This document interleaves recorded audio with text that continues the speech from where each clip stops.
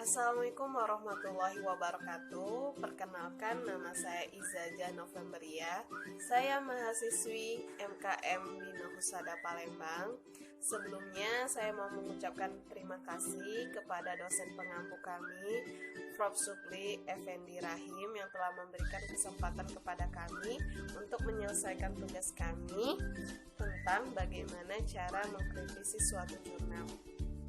Oke, langkah awal kita harus mempunyai jurnal atau jurnal yang sudah diekspos ke dalam Google Scholar. Sekarang teman-teman, kita buka Google Scholar. Langkah awal adalah kita membuka ketik Google Scholar.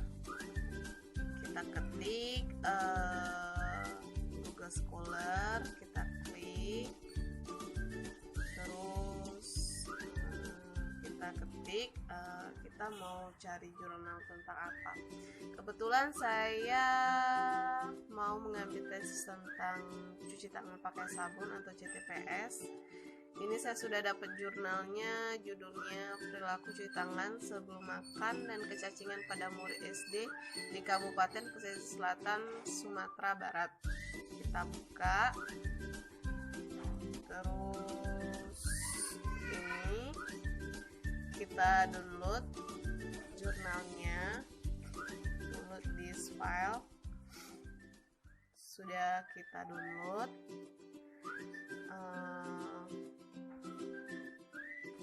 Cara mengkritisi suatu jurnal maupun artikel bukanlah suatu hal yang sulit. Kamu hanya perlu membaca jurnal tersebut, kemudian memberikan komentar jika menurutmu ada kekurangan. Kritisi terhadap jurnal penelitian dan artikel sebenarnya sama. Berikut penjelasan lengkap mengenai kritisi jurnal maupun artikel. Pertama-tama, kamu harus mendapatkan informasi dasar berikut. Yang pertama, nama penulis, judul artikel, apabila jurnal atau judul jurnal, nomor volume, tanggal, bulan, dan nomor halamannya. Yang keempat, masalah atau isu yang dibahas. Yang kelima, tujuan, metode, hipotesis, dan kesimpulan utamanya.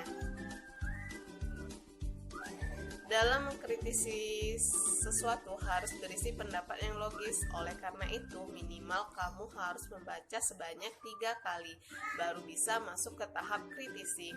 Membaca jurnal pertama kali itu untuk memudahkan kamu mengidentifikasi 5 unsur penting di atas. Kemudian membaca ulang kedua kalinya secara sekilas untuk mencatat 5 unsur penting tersebut. Setelah itu barulah membaca secara keseluruhan lagi untuk melakukan kritisi. Untuk melakukan kritisi supaya tidak bingung, kamu punya daftar pertanyaan.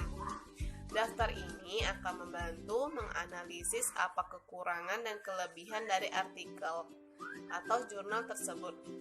Berikut daftar pertanyaan yang bisa membuat kamu dalam mengkritisi. Yang pertama, apakah judul artikel sudah sesuai tepat dan jelas?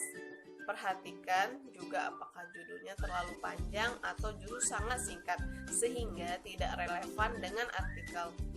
Yang kedua, jika artikel atau jurnal, apakah abstraknya sudah mewakili isi artikel tersebut? Masalah penelitian, sampel, metodologi, temuan, dan rekomendasi. Apakah tujuan dan identifikasi masalah sudah jelas?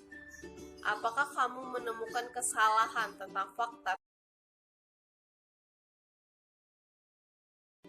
Apakah kamu menemukan kesalahan tentang fakta tertentu atau informasi terhadap pekerjaan orang lain? Pastikan untuk melihat sendiri referensi yang dikutip penulis.